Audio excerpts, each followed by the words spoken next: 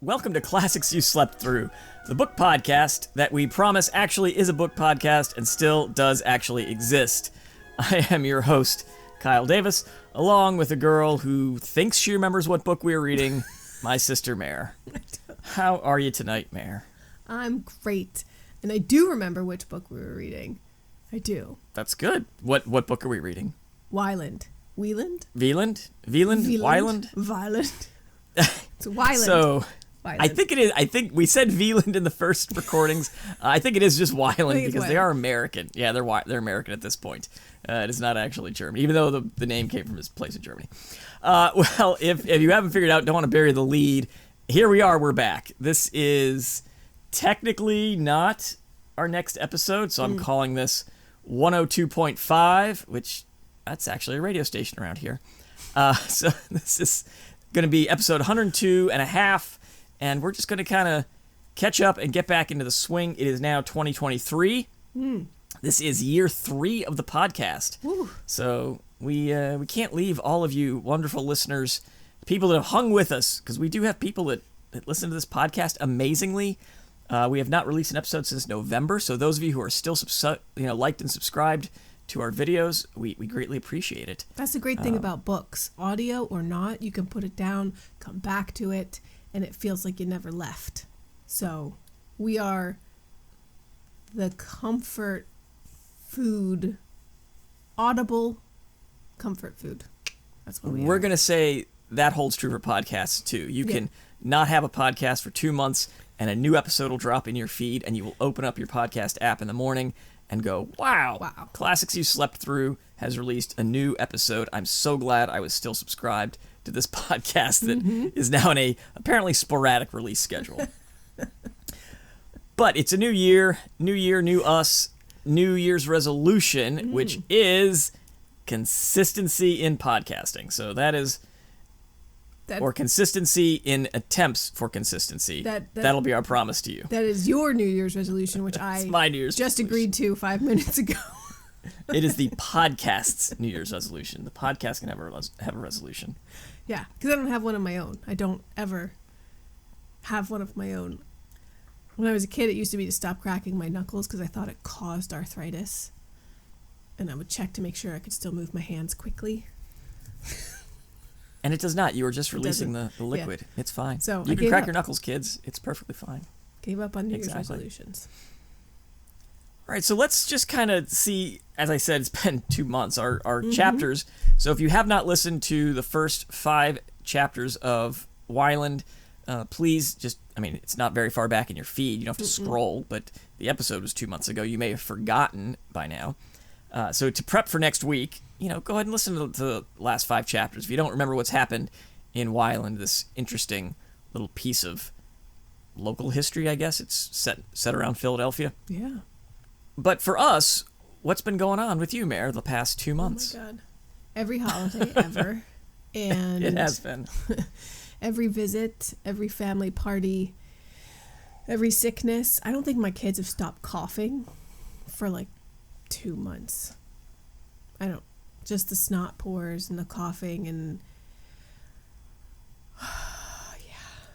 then the no school, which is, I get it now. When I was younger, I used to be like, why do adults hate no school days? Why do they love when kids go back to school? And now I'm like, oh, this is why. And I love my kids, but dude, it's exhausting, especially for an introvert who needs quiet and to read my book, Right. Or time to podcast. Exactly. Yeah. You could be a homeschool family and the kids never go anywhere, and that's maddening as well. That sounds... It has its days. It is definitely... One of them is screaming for me right now, and I'm really counting on the other parent to hear it. Well, I cannot, so hopefully our listeners also cannot. That's good. Definitely. I have apparently joined the theater.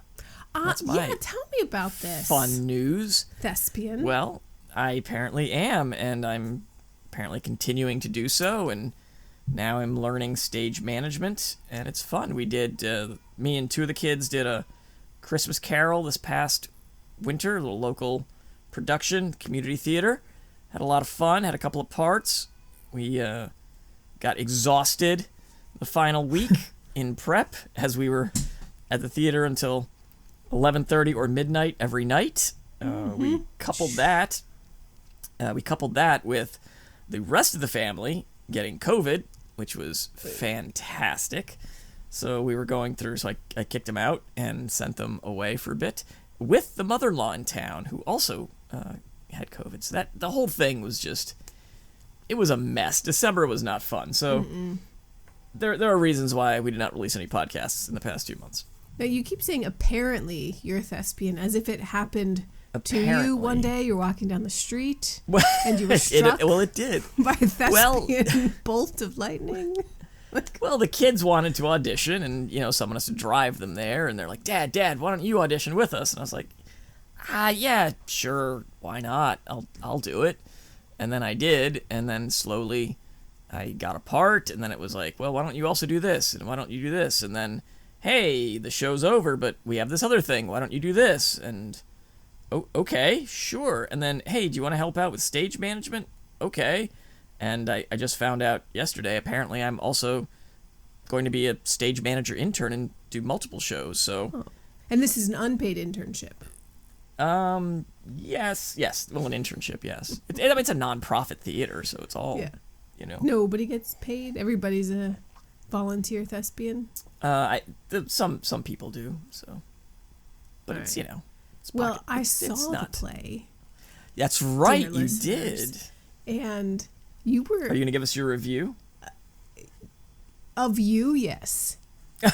You can review the entire show. That's fine. We actually got a review, and it was quite good. So. Was it?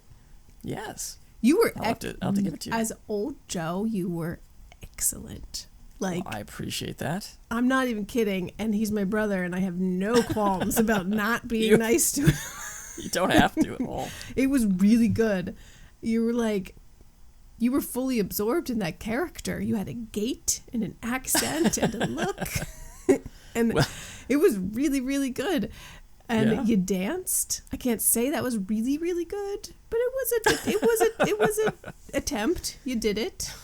Well, anyone listening to this podcast knows that we attempt accents on here from time to time on some of these books that we do. You more than me. I think I gave up. I'm real bad. I've done Dracula. If you want to get a painful accent, go back and listen to our Dracula. That was fun. Blah, blah. Yeah, it's really fun. I enjoyed that. But a lot of these books do have.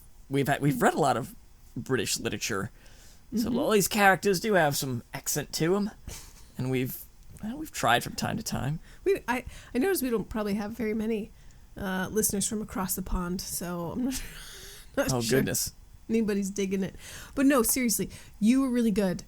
And I think that of the whole play, if this was your first introduction to A Christmas Carol, you might be like, what is happening? I agree, yeah.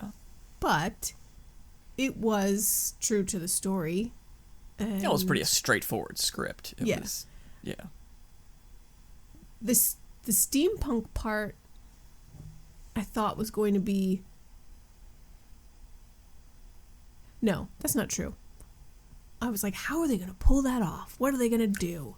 So for listeners wondering what you are talking about, the play was technically a steampunk Christmas Carol. Yeah. However, the script was just standard Christmas Carol. It had zero references to steampunk in it. We just put some clock gears up on the stage and made it and scary masks. Like the... right. We had some ghosty masks or whatever. Things. Which scared my son. He was like, I don't like the crow people. I don't like the crow people. Can we leave? Honestly, it astounds me that those plague doctor masks were a real thing that society did and not like an actual thing that horror people did for effect. It must have traumatized on top. I mean, can you imagine? People were traumatized by soft blue cloth disposable, like... or sew your own and make it Sesame Street. People are like, I don't want to wear it. Oh my goodness, yeah. So I can't imagine what people thought of these. I don't know. Anyway, it was good, and I had forgotten I'd been at that theater before. I went to that theater in 2008 or 9, like when my first marriage was falling apart. My friends took me to... I guess you were in the area, weren't you? Yeah, my friends took me to Rocky Horror Picture Show, which I adore, and we all got all dressed up, and we went, and they showed it, and there were a bunch of people acting it out on the stage. I did not get on stage. I did my thing in the, like, on the side, on the far right side, and then fell in my platform lace up pleather boots. But as soon as I got there, I remembered the marquee and I remembered all of it. So it's a cool little theater. It is a very cool theater. It's built in 1938, I believe. The 1930s sometime, late 1930s. Comfortably built. Like the seats are far apart. It's not squeezed in. Yeah, like they've taken some theaters. out to make it, they've made it comfortable.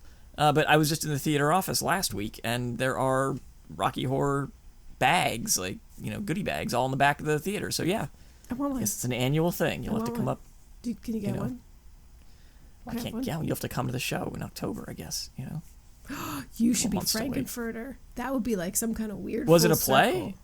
No. Was it a play, or but everybody with Rocky Horror, you put the movie on. Everyone dresses up as the characters and act it out on the stage in front of the. Oh, while the screen is going, while the movie's going. Yeah, so and nobody's the audience actually watching the movie. You can watch a little bit of both. It sounds annoying. Oh, it's so good. I'm paying money to go see the movie. I want to see the movie. Anyway. We've talked about you've seen The Room. Yeah. I love The Room. People don't act that out, but there's audience participation. I feel like it's the only two movies that have real serious audience participation. The Room is incredible. Yeah, it really is. It is the masterpiece he always wanted it to be. It is. Anyway, Mare, I have cancer. I'm sorry. If you haven't seen The Room, that probably sounded really insensitive, folks. Go watch The Room. It's incredible. You'll understand afterwards.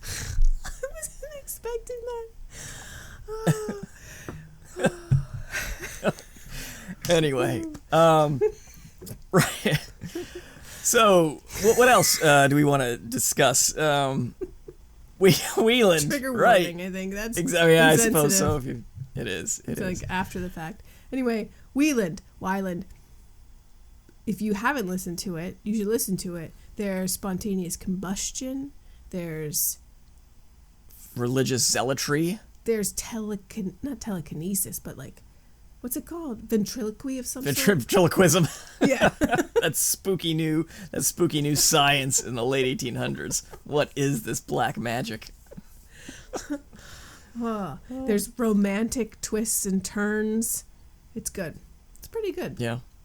We've talked about this before, especially in light of, Wieland is not contemporaneous. It's pretty old. Well, it was mid-1800s. I forget when it was printed.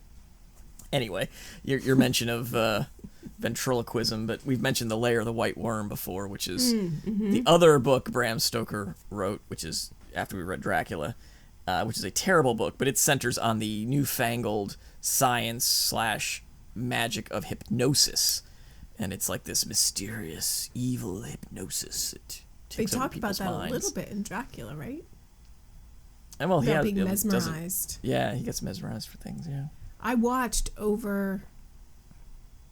don't know if it was over the Christmas break, but it was during this 2-month hiatus. I finally watched the 90s Bram Stoker's Dracula with... Oh, the one with Brad Pitt? And... No. That's Interview with a Vampire. Oh, it's Interview... This is Gary Oldman, I think. Oh, right. Gary It's the big pompadour hair, right? Yeah, Winona Ryder. Yeah. Oh, okay. It is somebody famous. Bonkers. Absolutely bonkers. I like movies like that.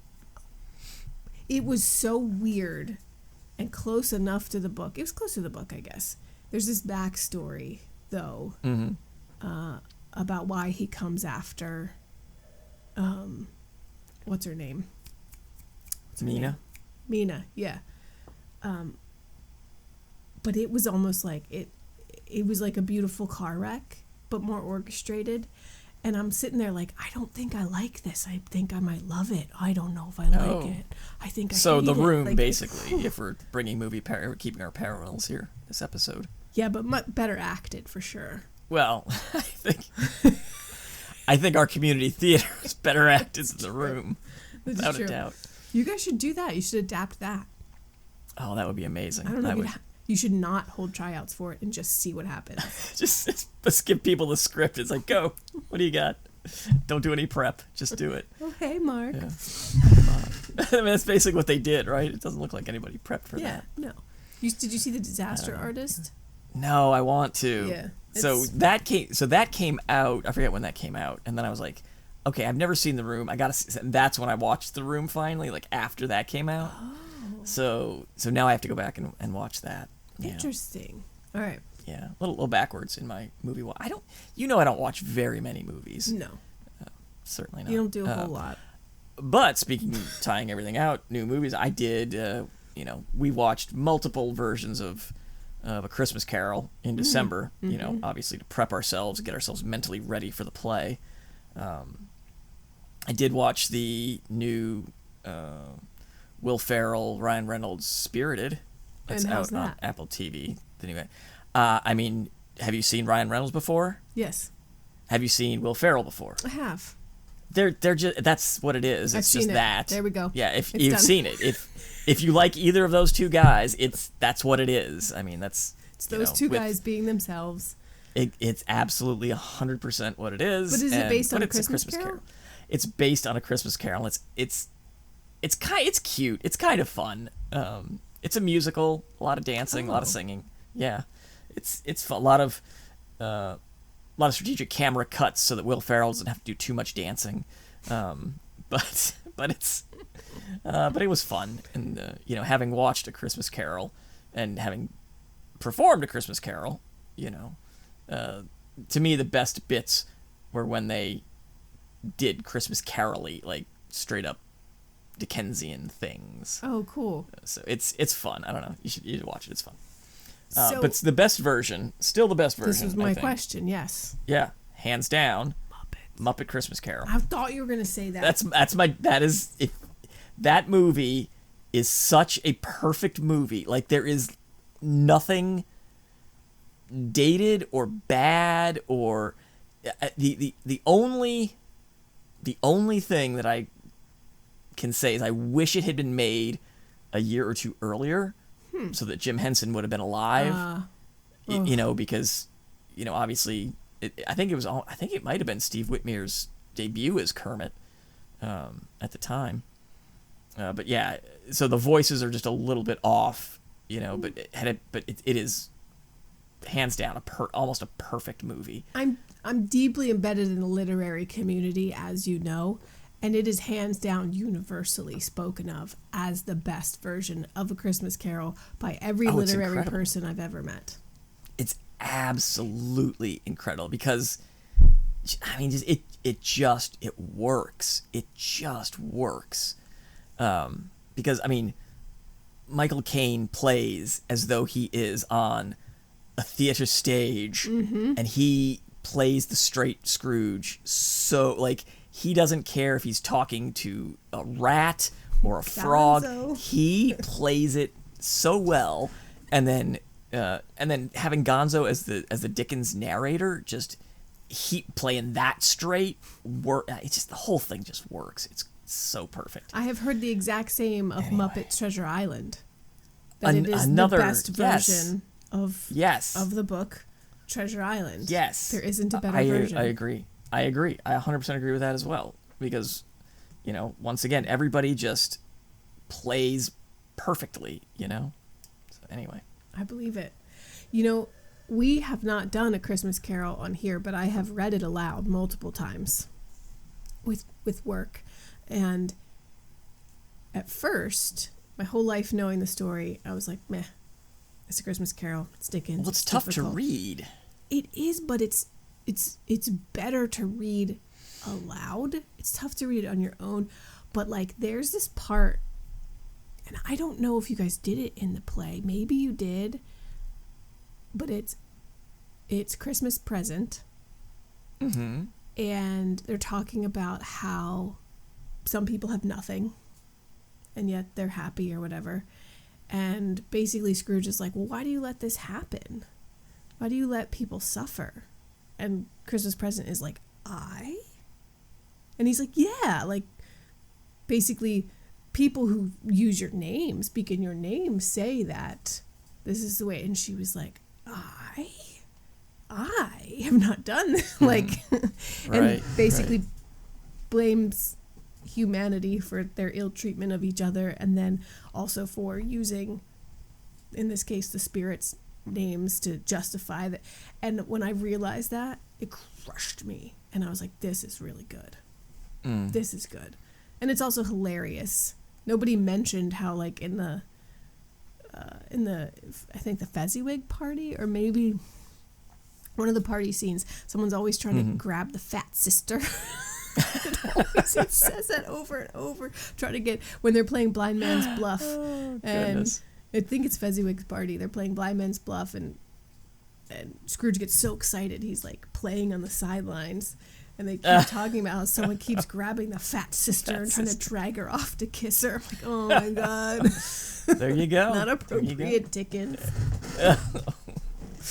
Well, you got to keep the men interested in the story. You know. What are the two children you put in cages? Ignorance and want. Yeah, that doesn't keep men interested. I don't know. It brings you down. I was wheeling the cage out at the time. So you were. The kids get in. You don't stuff them in there yourselves, right? We pantomime throwing them in there, but you got to do it fast. You got to close the cage door. Well, in the book, they're under the skirt, right? Right, which is, that's a little tough to do on a stage play. I don't know how you would do that. I don't know what version of it. Maybe Scrooged with Bill Murray. Right. I remember that it was either that part, maybe that part, or finally Ghost of Christmas Future was absolutely terrifying to me. So scary. That one was hard for me to watch as a kid. Yeah. Did you watch that one this year? I did not. No, we didn't watch that this year. It's not like really a kid's version.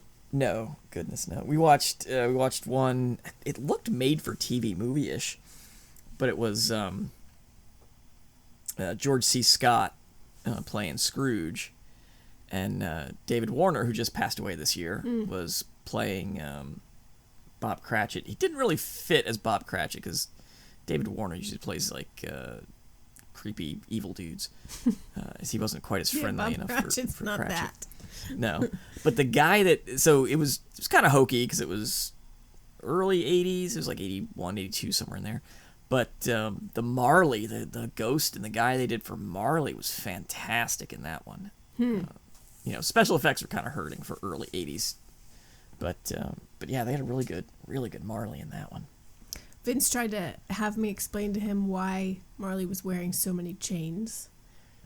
And I'm always chains he forged in life. I try to be honest. I'm like, it's all like the bad things he did. Like they burden him and they turn into a chain after he dies. And Vince is like, oh my God. Did you ask him if they look familiar? Because he wears the same chains. God, no. Oh my God. The anxiety would never end. He'd be like, I put him in timeout, and he'd be like, did I just make a part of my chain? Like, yeah, man. Oh, my goodness. He would totally embody it forever. Fantastic. All right, well, I have some bad news. Uh-oh. I never pushed start record on the video. So we have no... It's a true podcast. This might be a true audio only... This is going to be an audio only podcast. So we'll have to... Yeah. So if you are sitting here on YouTube at... we're 26 minutes in here. Ooh. If you have spent almost a half hour on YouTube, God bless you, YouTube subscribers.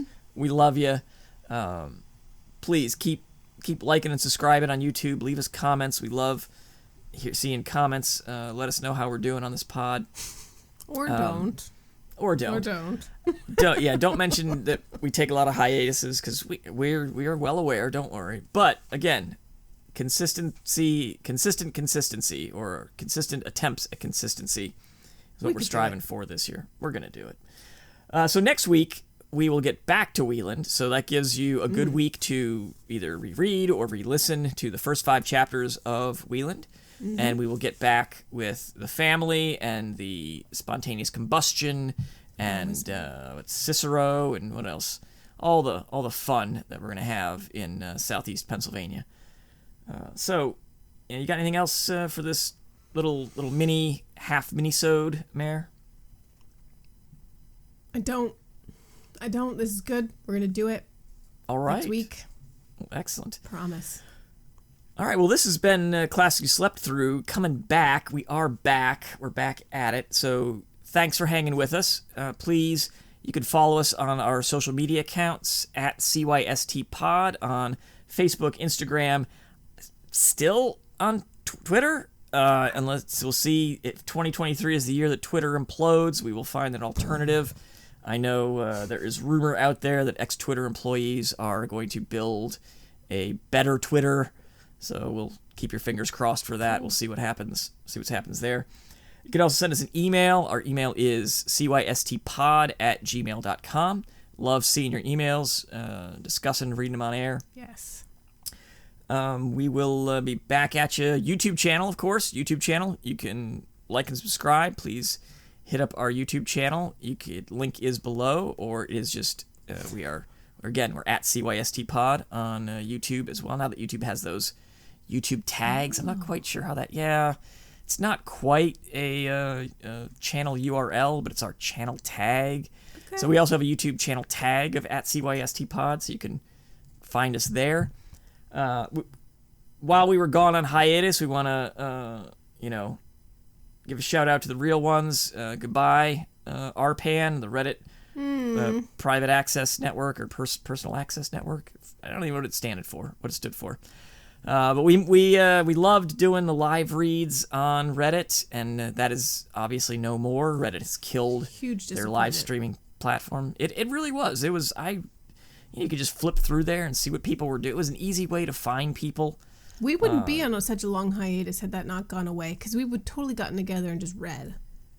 Right. People. We used to pretty regularly do the Tuesday, just read a chapter or two and kind of hang out with folks on Reddit. So we'll have to look for an alternative. I guess we could just live stream on YouTube. It's not quite the same level of ease of discovery. But listeners, if you have an alternative live stream platform, I guess we are on Twitch technically, but it's not nobody ever finds you on Twitch. Yeah, it's people not a big can find book you. Reading platform. Right, people could find you easily on Reddit, on the Read With Me subreddit. But if you have suggestions out there, listeners, hit us up, send us an email, hit us on one of the socials, because we'd love to get back to doing some of the live reads and some of the little mini stuff we did, like. And we didn't do it this past Christmas because obviously we were quite swamped. But 2 Christmases ago, we did all the Dickens, little Dickens short stories. That weird thing where Santa fights with the moon and there's goblins and whatnot. Yes, that was the goblins. Yeah, the goblins Christmas. That was fun. We'd like to get back to doing some of that stuff this year as well. So we'll look around and try to find other streaming platforms. So, all right. So until next time, this has been Classics You Slept Through, and just, hey, this is only a mini episode, so you're not getting a fun tagline. Peace.